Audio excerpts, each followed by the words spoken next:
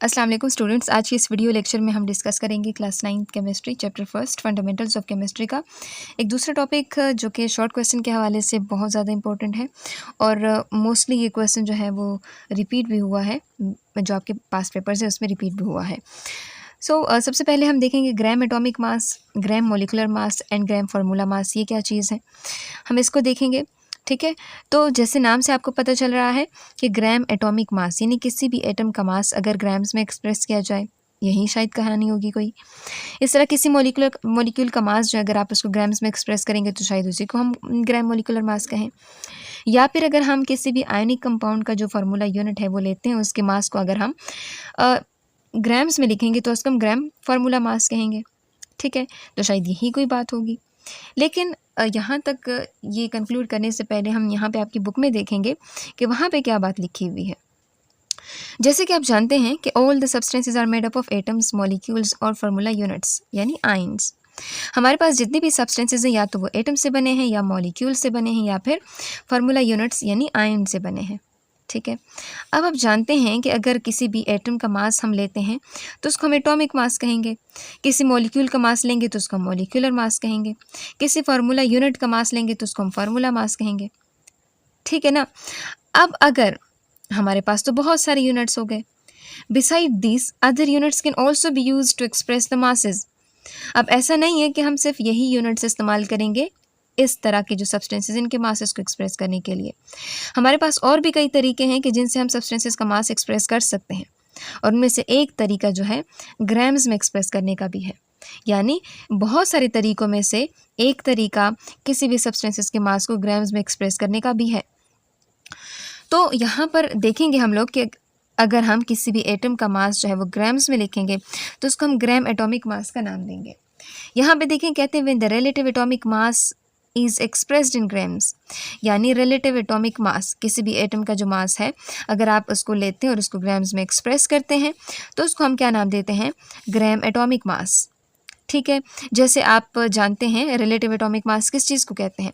हमने जैसे एक आपकी बुक में हमने देखा था कि एक हम तराजू लेते हैं और तराजू के अंदर एक साइड के ऊपर नॉन क्वांटिटी लेते हैं, ठीक है, और एक साइड के ऊपर क्या लेते हैं, अननोन क्वांटिटी। देखिए, अननोन और ये नॉन क्वांटिटी। तो अगर आप फ्रूट वाली दुकान पे भी जाते हैं तो आपके पास नॉन क्वांटिटी एक पत्थर होता है और अननोन जो क्वांटिटी होती है वो जो आपकी फ्रूट वगैरह जो आप लेते हैं वो ये चीज़ हो जाती है। तो इस की मदद से, नॉन क्वांटिटी की मदद से अननोन की वैल्यू को हम मालूम कर सकते हैं। तो यानी हमने अननोन को रिलेट किया है नॉन क्वांटिटी के साथ, तो इसको हम रिलेटिव मास कहेंगे ऑफ दैट फ्रूट। ठीक है ना। इस तरह अगर हम एटम की बात करेंगे तो हम क्या करेंगे, एक स्टैंडर्ड हमने सेट किया था कार्बन 12 जिसको हम कहते हैं, उसको हम लेते हैं जो कि हमारे पास नॉन क्वांटिटी है। किसी दूसरे एटम जिसका मास हमें नहीं पता उसको हम रिलेट करके उसके इस तरह के एटम का मास हम फाइंड आउट करते हैं। किस चीज़ के साथ रिलेट करते हैं, कार्बन 12 के साथ रिलेट करके इसका मास फाइंड आउट करते हैं।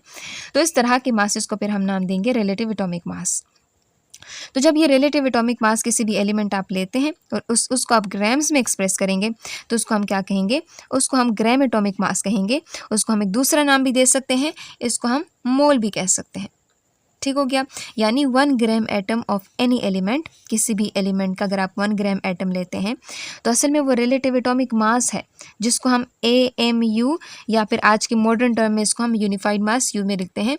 तो ये जो 1 ग्राम ऑफ एनी एलिमेंट है, ठीक है, AMU में जिसको हम लिखते हैं, जब इसको हम ग्राम्स में एक्सप्रेस करेंगे तो इसको हम क्या नाम देंगे, ग्राम एटॉमिक मास, या फिर दूसरा नाम इसको मोल हम देंगे।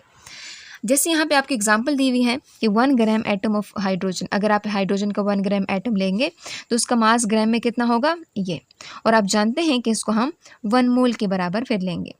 इसी तरह अगर आप 1 ग्राम एटम ऑफ ऑक्सीजन लेंगे तो उसके अंदर मास इतना होगा, चूँकि ग्राम्स में आपने इसको एक्सप्रेस किया तो इतने ग्राम्स होगा, और ये फिर कितने के बराबर होगा, 1 मोल के बराबर होगा। इस तरह 1 ग्राम एटम ऑफ कार्बन अगर आप लेते हैं तो वो उसका मास कितना होगा ग्राम्स में, इतना होगा, और ये 1 मोल के बराबर होगा। सो कहते हैं it is clear from the above examples 1 gram atom of different elements, यानी ये मुख्तलिफ एग्जाम्पल आपको दी हुई, यहाँ से आपको क्लियर हो चुका होगा। 1 ग्राम ऑफ डिफरेंट एलिमेंट्स, ठीक है, हैव डिफरेंट मासेस, इनके मासेस जो हैं वो डिफरेंट हो सकते हैं। तो यहाँ पे आपसे दूसरा पूछा जाता है कि ग्राम मोलिकुलर मास, ये ग्राम मोलिकुलर मास क्या है। एक मॉलिक्यूल आप लेते हैं, उसके मास को आप ग्राम्स में एक्सप्रेस कर लें, इसको फिर आप नाम देते हैं ग्राम मॉलिक्यूलर मास या gram molecule of that substance, और इसी को फिर आप मोल भी कह सकते हैं।